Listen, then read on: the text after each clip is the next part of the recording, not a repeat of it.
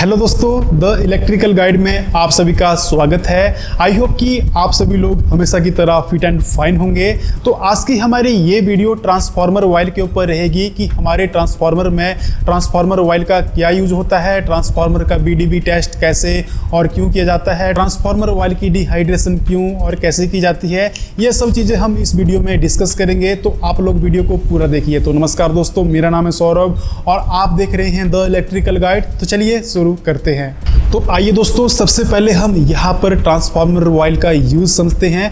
तो सबसे पहले हमारा जो ट्रांसफार्मर है वो यहाँ पे हमारे ट्रांसफार्मर में इंसुलेशन प्रोवाइड करवाता है। आपको पता है ट्रांसफार्मर टैंक में हमारे पास 3 फेज वाइंडिंग होती है, जिसमें प्राइमरी वाइंडिंग, सेकेंडरी वाइंडिंग हो गई, आपका ट्रांसफार्मर कोर हो गया, प्रोटेक्शन डिवाइसेस हो गई, आपकी ट्रांसफार्मर की बॉडी हो गई। तो ट्रांसफार्मर ऑयल इन सब के बीच में एक इंसुलेशन प्रोवाइड करवाता है ताकि इनके बीच में किसी भी तरह का इंटरनल शॉर्ट सर्किट ना हो। इसके साथ ही दोस्तों हमारा ट्रांसफार्मर ऑयल हमारे ट्रांसफार्मर में नेचुरल कूलिंग प्रोवाइड करवाते हैं। जैसे जैसे हमारे ट्रांसफार्मर में लोड इंक्रीज करता है वैसे वैसे यहाँ पर हमारे I2R लॉसेज इंक्रीज करते हैं, जो कि हीट प्रोड्यूस करते हैं। तो ट्रांसफार्मर ऑयल इस हीट को एब्जॉर्ब करता है और हमारे ट्रांसफार्मर ऑयल में एक नेचुरल कूलिंग प्रोवाइड करवाता है। इसके अलावा दोस्तों जो हमारा ट्रांसफार्मर ऑयल है वो यहाँ पे एक आर्क क्वेंचिंग मीडियम का काम करता है। फॉर एग्जाम्पल किसी कारण से आपके ट्रांसफार्मर में इंटरनल शॉर्ट सर्किट हो गया, कोई स्पार्क प्रोड्यूस हो गई, तो ट्रांसफार्मर ऑयल उस स्पार्क को यहाँ पे सप्रेस करेगा, यानी कि बुझा देगा। इसके अलावा दोस्तों ट्रांसफार्मर टैंक में जितने भी इंटरनल पार्ट्स होते हैं उनको ट्रांसफार्मर ऑयल यहाँ पे रस्टिंग से, ऑक्सीडाइजेशन प्रोसेस से और स्लज फॉर्मेशन से बचाता है, जिससे कि हमारे जो ट्रांसफार्मर के पार्ट्स है उनकी लाइफ यहाँ पे इम्प्रूव हो जाती है।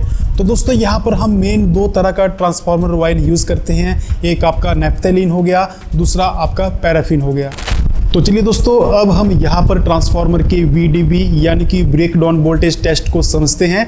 VDB ब्रेक डाउन वोल्टेज यानी कि ट्रांसफार्मर ऑयल की वो इंसुलेटिंग वोल्टेज जो आपका एक सेट लिमिट तक इंसुलेशन प्रोवाइड करवाती है। अगर उस लिमिट से कम आपकी वोल्टेज हो जाती है तो आपका जो ट्रांसफार्मर ऑयल है वो यहाँ पर आपका कंडक्टर का काम करना शुरू कर देगा। फॉर एग्जाम्पल अगर आपको मैं और क्लियर शब्दों में समझाने की कोशिश करूं, जैसे कि मान लो आपकी कैपेसिटी 50 किलो वजन तक को उठाने की है, तो अगर आपको मान लो कि 60 या 70 किलो का वजन उठाने को दे दिया जाए तो आपसे जो है वो वजन नहीं उठाया जाएगा और उस केस में हम आपको बोलेंगे कि आपका यहाँ पे ब्रेक डाउन हो गया है, यानी कि आपकी जो लिमिट है वो यहाँ पे एक्सेस हो चुकी है। अब आप जो है उस वजन को नहीं उठा सकते। इसी तरह से आपका ट्रांसफार्मर ऑयल भी होता है, इसकी भी एक इंसुलेशन वोल्टेज होती है। अगर उस इंसुलेशन वोल्टेज से कम आपकी वैल्यू हो जाती है तो आपका जो ट्रांसफार्मर ऑयल है वो यहाँ पे कंडक्टर का काम करना शुरू कर देता है। तो बीडीबी टेस्ट से जो है हम दोस्तों यहाँ पर अपने ट्रांसफार्मर की इंसुलेशन ब्रेकडाउन वोल्टेज का पता लगाते हैं कि वो कितनी है। तो अगर हम नॉर्मल ट्रांसफार्मर ऑयल की बात करें तो नॉर्मल ट्रांसफार्मर ऑयल की जो बीडीबी वोल्टेज है वो यहाँ पे 40 kV जो है वो अच्छी मानी गई है। और जो आपका नया ट्रांसफार्मर ऑयल होता है उसकी जो बीडीबी वैल्यू है वो यहाँ पे 50 से 60 kV की होती है।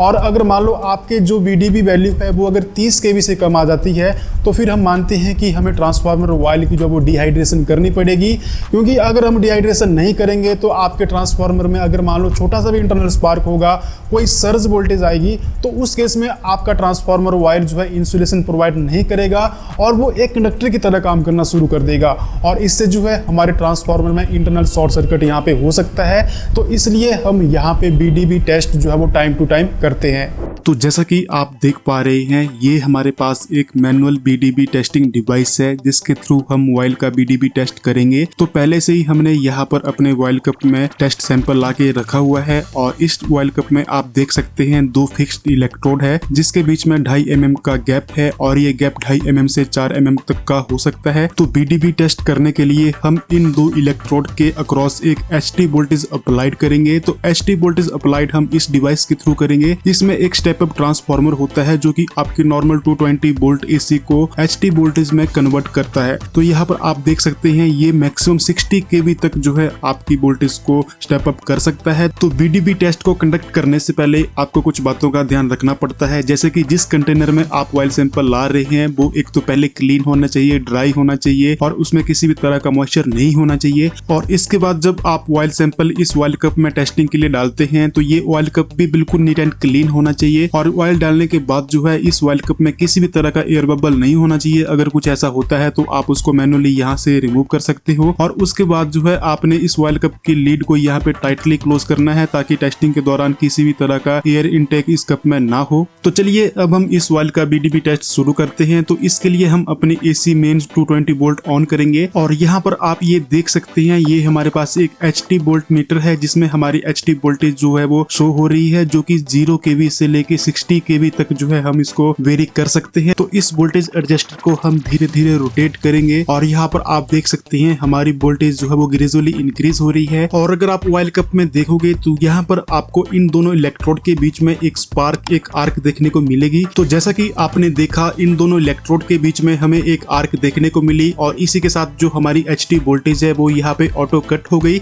अब दोस्तों यहाँ पर ये आर्क इसलिए प्रोड्यूस हुई क्योंकि इन दोनों इलेक्ट्रोड के गैप में जो ऑयल था उसने अपनी इंसुलेटिंग प्रॉपर्टी यहाँ पे लूज कर दी और एक कंडक्टर की तरह बिहेव किया, जिससे दोनों इलेक्ट्रोड यहाँ पर कांटेक्ट में आ गए और शॉर्ट सर्किट हुआ जिससे आर्क प्रोड्यूस हुई। तो अगर हम एचटी वोल्टमीटर को देखते हैं तो हमारी जो ब्रेकडाउन वोल्टेज है वो 20 kV है, जो कि बहुत कम है। तो इस ब्रेकडाउन वोल्टेज पर ट्रांसफार्मर को ऑपरेट करना बहुत ज्यादा रिस्की है क्योंकि अगर छोटा सा भी स्पार्क या फिर कोई सर्ज वोल्टेज आती है तो यहाँ पर हमारा ट्रांसफार्मर शॉर्ट सर्किट हो जाएगा और पूरी तरह से डैमेज हो जाएगा। इसलिए हमें इस ऑयल की अब डिहाइड्रेशन करनी पड़ेगी ताकि इसकी जो बीडीबी वैल्यू है वो यहाँ पे इम्प्रूव हो जाए। तो अभी हमने सिर्फ एक ही अटेम्प्ट किया, हमें एवरेज वैल्यू निकालनी होती है तो इसके लिए हमें 4 से 5 टेस्ट यहाँ पे करने पड़ते हैं और जो एवरेज वैल्यू निकल के आती है उसको हम बीडीबी वैल्यू कंसीडर करते हैं। तो आइए दोस्तों अब हम बात करते हैं कि ट्रांसफार्मर ऑयल की डिहाइड्रेशन क्यों की जाती है और कैसे की जाती है। तो जैसे कि मैंने आपको बताया कि ट्रांसफार्मर ऑयल की डिहाइड्रेशन कब की जाती है, जब उसकी बीडीबी वैल्यू 30 kV से कम आती है। तो अब यहाँ पे आपके मन में सवाल आया होगा कि 30 kV से कम वैल्यू हमारी कैसे होती है। तो दोस्तों जैसे जैसे हमारे ट्रांसफार्मर ऑयल की लाइफ बढ़ती जाती है वैसे वैसे जो है हमारे ट्रांसफार्मर में जो है वो बहुत सारी इंप्योरिटीज जो है वो प्रोड्यूस हो जाती है, जैसे कि आपका मॉइस्चर हो गया, आपका सॉइल कंटेंट हो गए, मैग्नेटिक इंप्योरिटीज हो गई, आपका यहाँ पे गैसेज हो गई। ये सब चीज़ें जो है दोस्तों आपके ट्रांसफार्मर की बीडीबी को, कूलिंग कैपेसिटी को इफेक्ट करती है, डिक्रीज करती है। तो इसलिए हम यहाँ पे जो है डिहाइड्रेशन करते हैं जिससे जो है हमारा मॉइस्चर रिमूव हो जाए, एनी गैसेज है तो वो रिमूव हो जाए, आपका सॉइल कंटेंट है वो रिमूव हो जाए, कोई भी इंप्योरिटीज है वो यहाँ पे रिमूव हो जाए। तो इससे क्या होता है हमारा ट्रांसफार्मर अपना जो रियल जो उसकी कैपेसिटी है उसमें आ जाता है। तो इसलिए हम यहाँ पे डिहाइड्रेशन प्रोसेस करते हैं।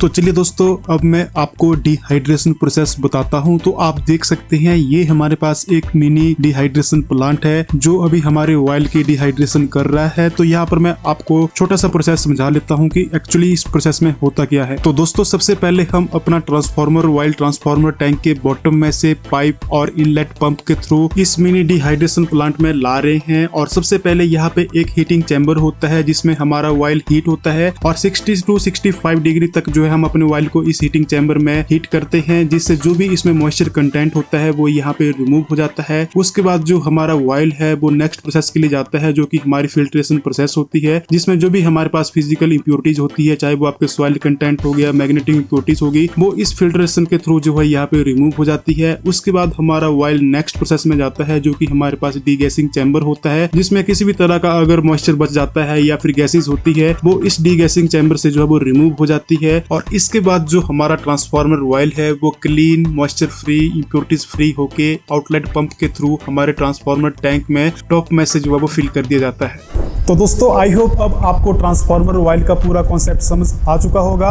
लेकिन अगर फिर भी आपके कोई डाउट है तो मुझे नीचे आप कमेंट बॉक्स में पूछ सकते हैं और नेक्स्ट वीडियो आपको किस टॉपिक के ऊपर चाहिए उसके बारे में भी आप मुझे बता सकते हो। और अगर आपको वीडियो पसंद आती है तो प्लीज़ वीडियो को लाइक, चैनल को सब्सक्राइब, इंस्टाग्राम पे इसको फॉलो करना ना भूलें, क्योंकि यहाँ पर मैं हर तरह का इलेक्ट्रिकल कंटेंट अपलोड करता रहता हूँ।